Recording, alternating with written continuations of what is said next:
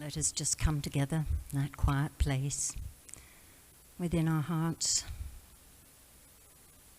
You know, we're all animated by that breath of God, beautiful light.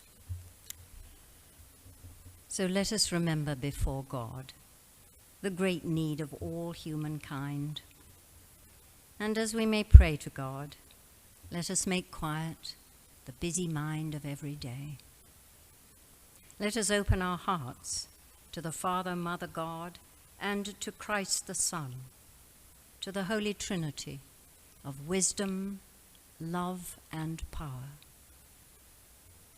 In the holy name of Christ, by the Christ light in the hearts of all people, we call upon the great angels of Christ. We feel their presence and their power. We attune ourselves to the prayers of all men and women of good will. And being thus prepared and ready before God, with all the will of our minds, with all the love of our deepest hearts, we send forth the light. We send it forth as a great star of light, a blazing star, withstanding, overcoming all evil, triumphant over darkness and death, a star of the Christ light. By all the power of Christ within our hearts, we send forth the light to the world.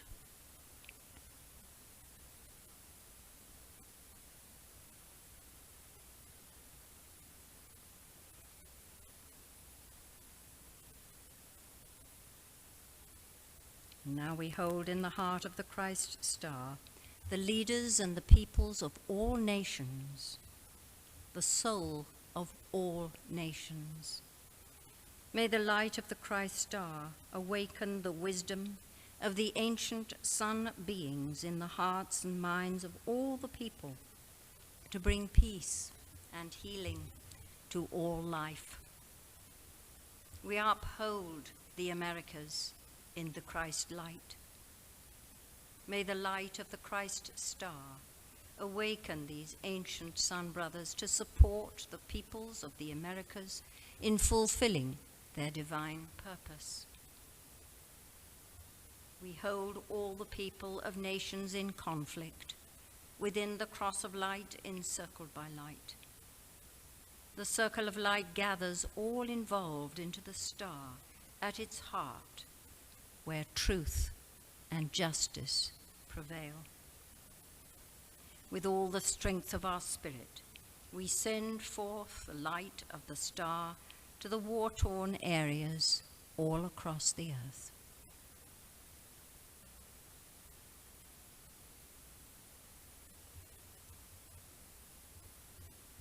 The rose at the center of the star enfolds all refugees, all who suffer the effects of war, all who are bereaved. They are enfolded in love and protection.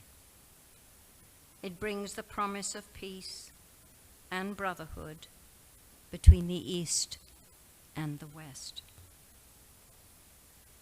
Let the light of love and truth shine. And now we silently name all those known to us personally, who are in need of help or healing. We just see them perfect in this beautiful healing light of the Christos.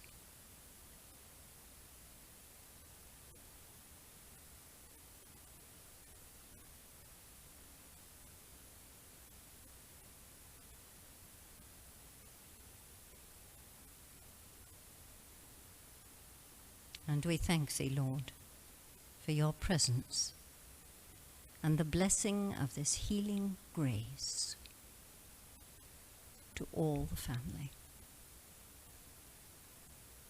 Amen. Amen. Amen.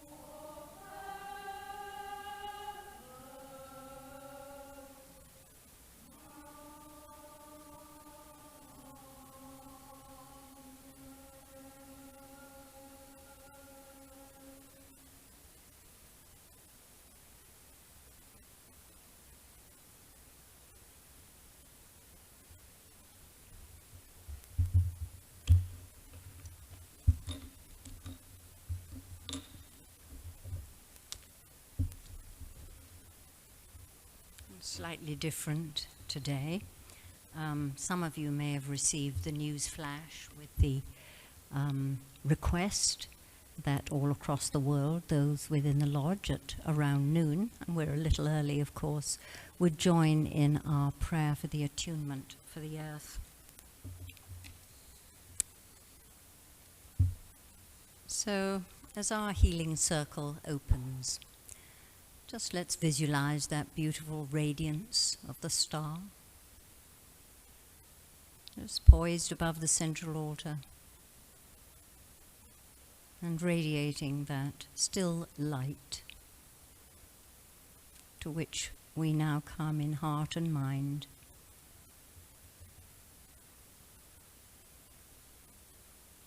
I walk on Mother Earth, and by Mother Earth I am supported and nourished. I walk beneath the wide canopy of Father Sky, which speaks to me also of the invisible worlds of spirit and of the dignity of life. In the silence I draw close to the Great Spirit in my heart, to our Father, Mother, God. I feel I am in the heart of the Sun. And in this Christ Son, we are united with thousands of others around the world, all focusing their hearts and minds for the well-being of the planet. Within the Sun, we picture the blazing Christ star of love. We go into the heart of the star, and in that star we see its light with the blessings of the angels of nature, bringing healing to all the earth and to the natural world and to the earth's climate within this cycle. For a moment we hold that silence.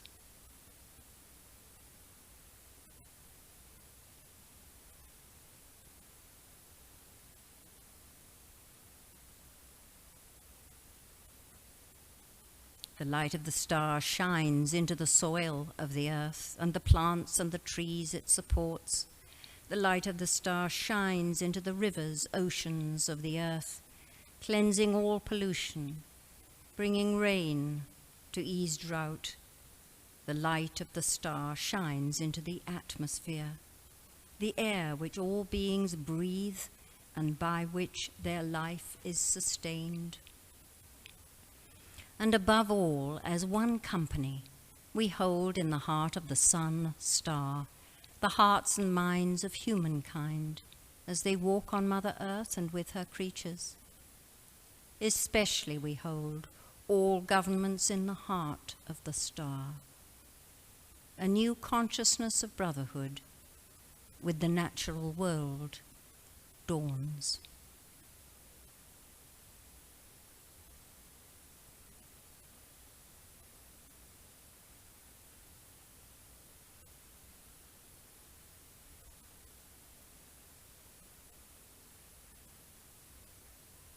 And as we return from this journey within, we give our thanks to the great angels with whom we have aspired to cooperate. We give our thanks to the great White Spirit. And may God's blessing be on this work. Amen. Amen. Amen.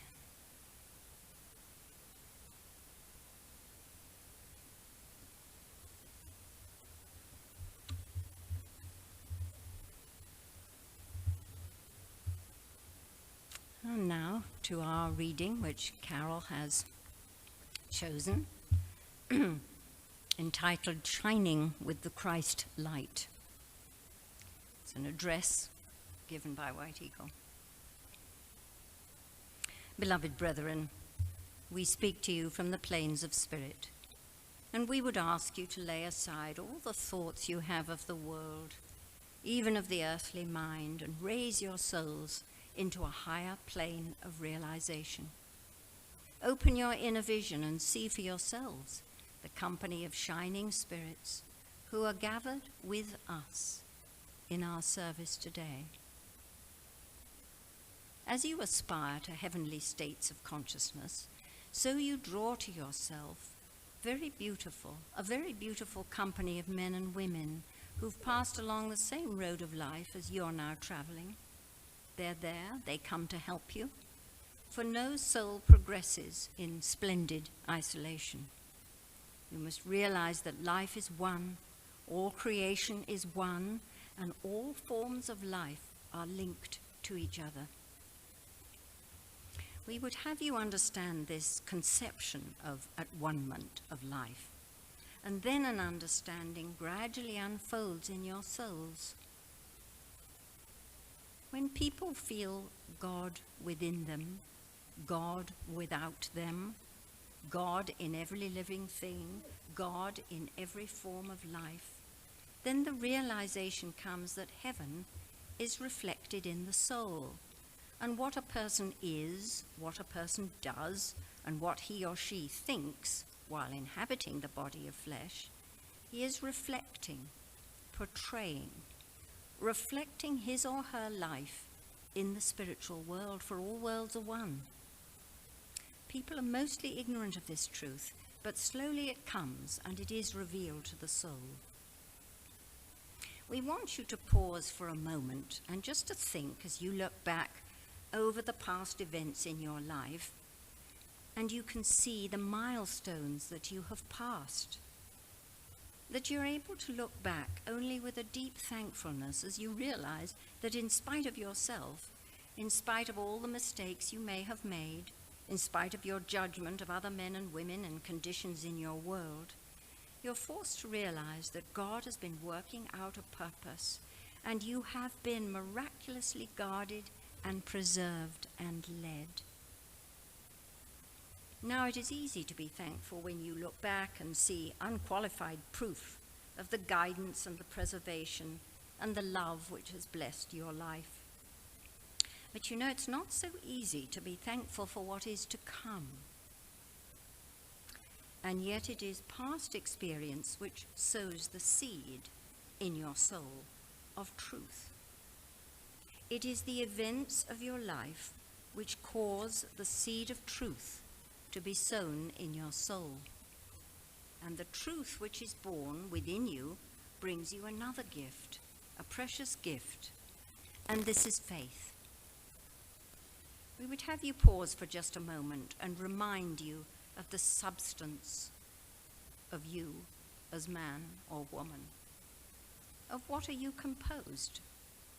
You're told in your Bible, the Christian Bible, you're told indeed in all scriptures of the world, that God is in man, and that man is created after God's own image. Man is the noblest creature on the earth. It's sad, isn't it, when you see the desecration of God's handiwork? But the body of man is created of all the elements of the universe, and God has put into you as the final act the breath, the holy breath, and this gives man life. Each of you contain the holy breath. So what is this holy breath of God? It is spirit, that finest, purest state of life, spirit, and spirit is the light of God. It is called the Son of God, the holy breath, the Son, the Spirit, the Christ. Christ is the universal mind of God. Christ is love, his divine love, and this Spirit placed in his highest and noblest creation, man. And this Spirit is in every man and woman, irrespective of color, caste, creed, age. The self-same Spirit, the universal Spirit, universal love. And this love is light, the light of life you have been given to you. Christ is the light of the world, the cosmic Christ, the universal divine love. Man is created out of earth and heaven. Man is the dust of the earth. He is the glory of the heavenly light. What a combination, the light and the darkness, a pair of opposites. And the purpose of his or her life is to blend all these qualities which are in him or her, the earth and the heaven, so that in due time there is this perfect balance of heaven and earth in men and women.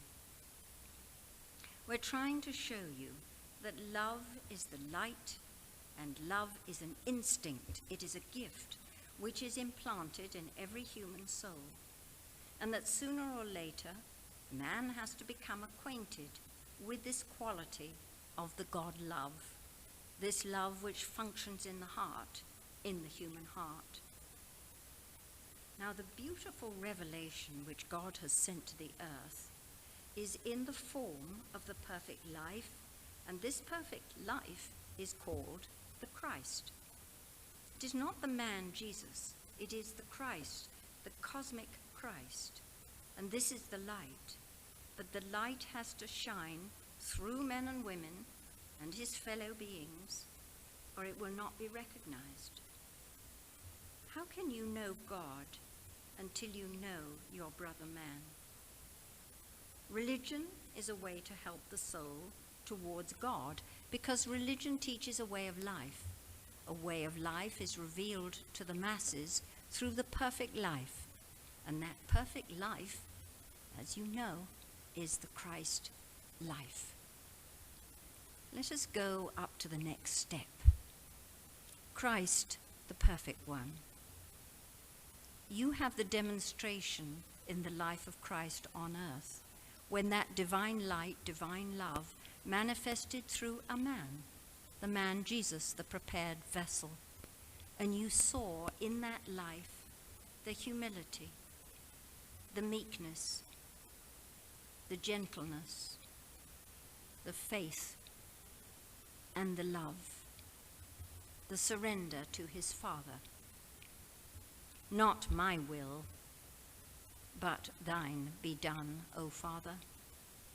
Jesus was the perfect vessel, and the light shone through him, and Jesus was taken by the ignorant, just as Christ is taken today. But Jesus rose. He overcame that crucifixion as men and women of earth, as you are doing. You're overcoming the crucifixions which you have suffered in your life. You're rising above the destruction and pain inflicted upon you by the earth, yes, even by earthly people, by materially minded people. They crucify the Spirit, but the Spirit rises. There are many people who want to avoid and get out of this life. They want to forget. You know you cannot forget your life. You may change form, but we tell you most earnestly, please, to use every minute, every hour, every day of your life, and use it to the very best of your ability, because you will not have the same opportunity as you have on the earth plane to progress towards that glorious manifestation, that freedom of spirit. It is on the earth that the soul learns to practice divine love. The soul learns to quicken that divine fire, that eternal fire, which is the breath of God residing in the human heart. There before us, we see this blazing golden figure, the shining face of love, and these rays are pouring upon you all. If you will receive them, if you will accept the cup of his Spirit and drink it, fill your whole being with his love, you will be healed, and the life will take upon a new state for you. All will be love in your life. All will be harmony. No thing will have the power to disturb you. And with the deep and loving blessing of God the Father, Mother, and Son, we leave you now. Amen. Thank you, Jane. It's beautiful. I don't know what else I can add. Except that it is hard to, when we're listening to a reading, there's no way we can soak in all this information. So all I can do is sort of cheer y'all on and cheer y'all on and and try to help inspire you to incorporate into your life some of these things that are in this reading. Because I think each one of us wants to be a more reflector of God's light, not only just in our life, but to spread this radiance to everyone, because everyone is in so much need of this light. If we could each morning start our day with saying something like, I am a reflection of God's radiance. I can either choose to remain small. I have free will. I can either choose to remain small and just sort of keep that light to myself and try to help it grow little by little, or I can work on it each day during the day and try to be a greater reflector of God's radiance. Because truthfully, we are so fortunate to have this understanding that we have. The great majority of people in the world don't have this understanding. And so we are so privileged to be able to understand what treasure we have. And how do we uncover this, what Jesus called our imprisoned splendor within us, inspiring us to uncover that imprisoned splendor and to share it with others. The earth is increasing its vibration. It is growing, and it has to evolve. And we want to help other people evolve along with it so that they can join in the golden age. But how can we inspire others? How can we work on ourselves? This reading says that if we could earnestly use every minute, every hour, every day of our life to use the very best of our ability, there is a mental atmosphere. There's I can't remember the word for it, but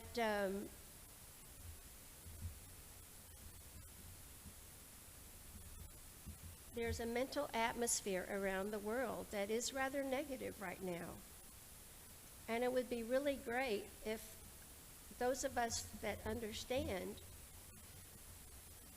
that God is in charge, that there is light, that there is goodness, that we can express God's goodness and send out this positivity to the world and send the light to every sentient being, even if they can't receive it at this time. If we just surround them with that light, eventually, hopefully, they will open themselves up to it, and it will inspire them. But how do we become a greater reflector of God's light? In our lives, even though we are aware that we have this radiance, we allow many things to obscure it. I like to call them obscurations. I think that's a great word. Because it obscures our light that we are able to reflect. And everybody has their own obscurations. I know I have mine. And I know that mine are not the same as yours. But how do we understand what ours are? Well, for one thing, we have to look honestly at ourselves. When we react to something that somebody does, do we blame the other person for getting us angry? Do we blame them for the resentment? If we can't express our anger, we resent them for it. Or do we look at ourselves and say, wait a minute, why am I reacting like this? I am in charge of how I act. I don't want to react in anger or resentment or criticism, or actually they are our teachers. They are offering us the lesson to look at ourselves. But how many of us are actually able to do that? To honestly look at ourselves and figure out what it is about us that we need to change about ourselves. We can't change anybody else. And if everybody else was like Jesus, there would be no reason for us, there would be nothing in our lives for us to teach us the lessons that we're here to learn. In the reading, it talked about looking back at our lives and looking at all the progress that we have made. And I can look back when I first, before I met Jean. I was sort of took after my father, sort of a negative, the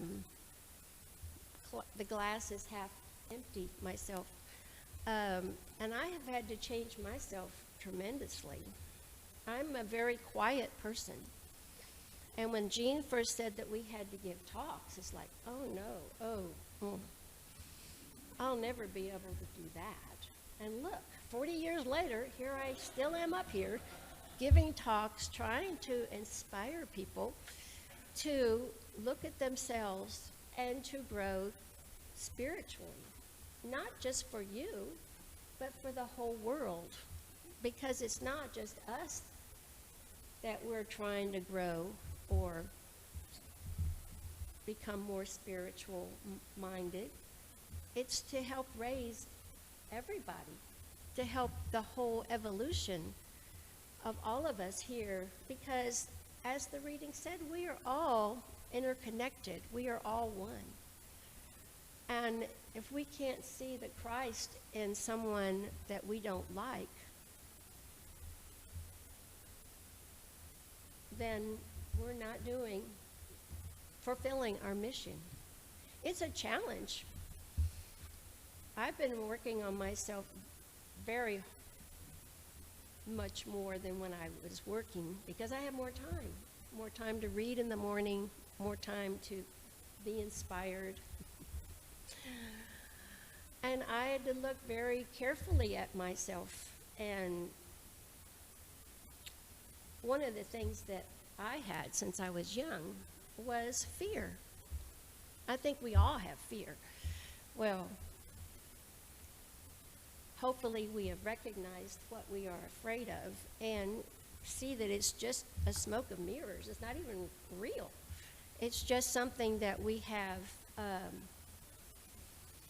brought back with us to work on. Every time we come back in this incarnation, we are polishing a different aspect of our temple, of our soul. And we are here to look at things that affect us in our lives and see what we need to grow, the opportunities for growth. And my fear, to me, it seems really kind of minor now. I wasn't afraid of death. I wasn't afraid of atomic bombs. I was afraid of angry people because I was very passive, and I did not like the way I felt around angry people. But now I realize it's not about them. It's about me.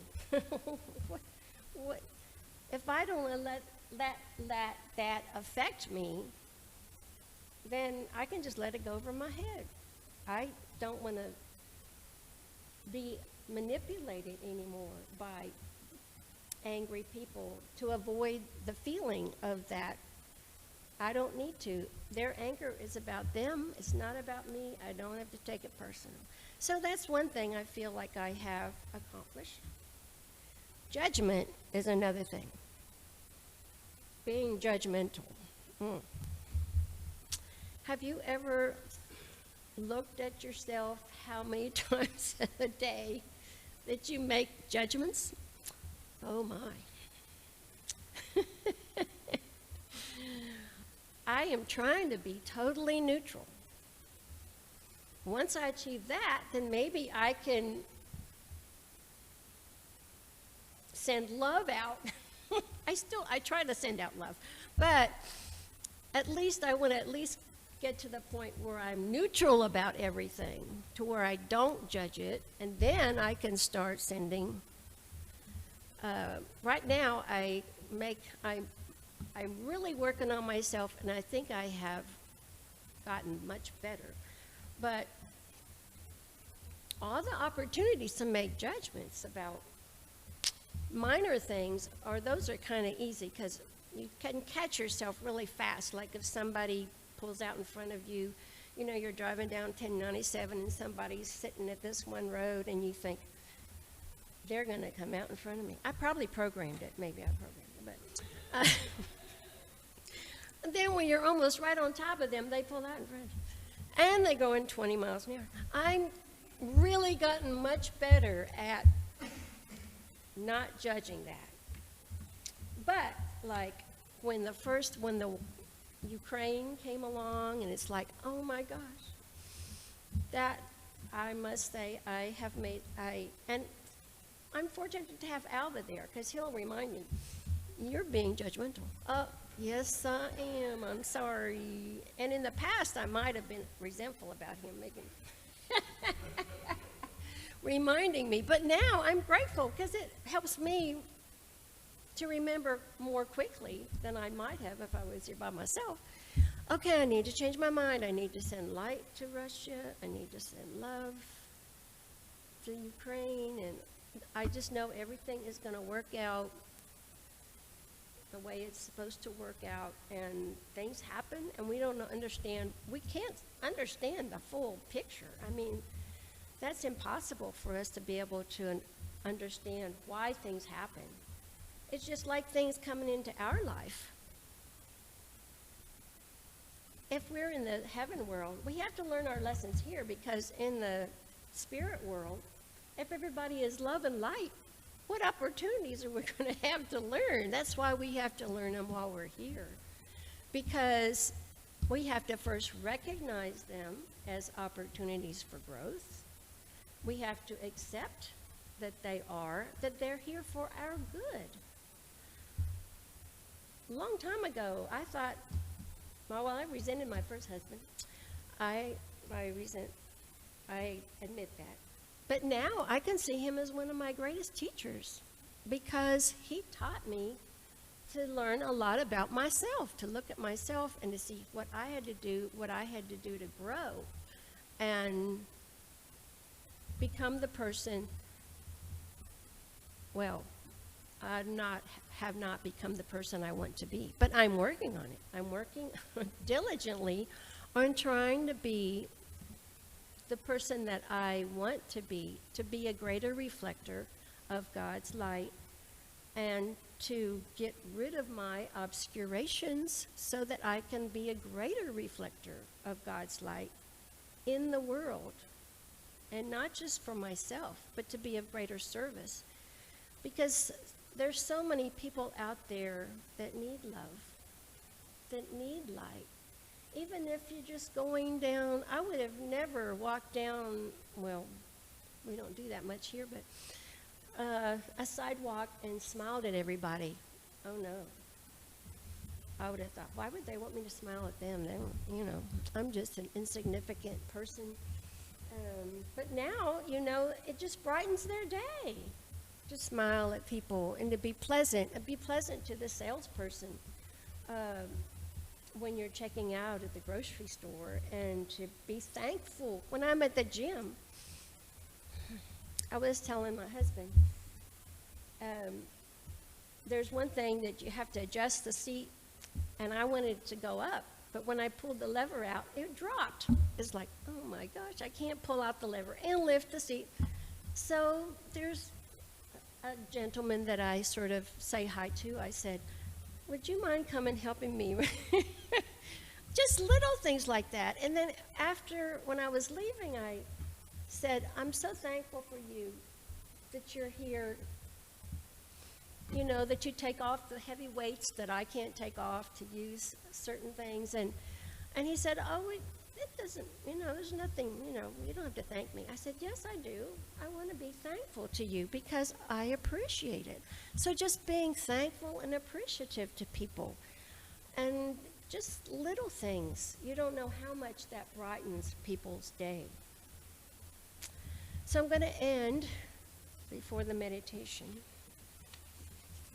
the communion, by reminding you what White Eagle said at the end of the last one. We tell you most earnestly to use every minute, every hour, every day of your life. Use it to the very best of your ability, because you will not have the same opportunity as you have on the earth plane to progress towards that glorious manifestation. Don't we want that glorious manifestation? That freedom of spirit. It is on the earth that the soul learns to practice divine love. The soul learns to quicken that divine fire, that eternal fire, which is the breath of God residing in the human heart. Amen.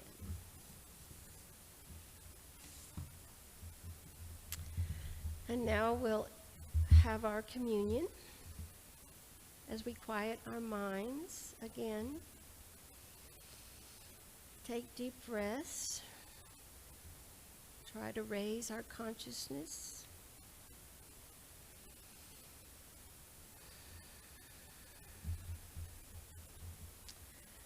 The Lord Christ is here with us now. Use your own creative imagination and see him before you. Feel the emanation of his glorious spirit in the silence. To you individually, he offers the communion of spirit. The bread, which symbolizes the cosmic body of the Christ. Take, eat. Absorb from him the bread of heaven.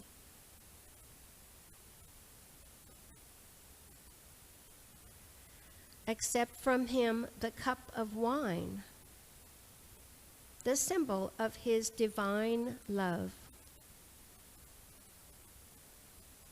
Sip and feel this power flowing all through your being. For this in your consciousness makes you one with him. We are one in him and God. In the silence, may we absorb the will of God, that this will shall ever find selfless expression in energy and activity through service to all of God's creation. God bless you, everyone. Amen.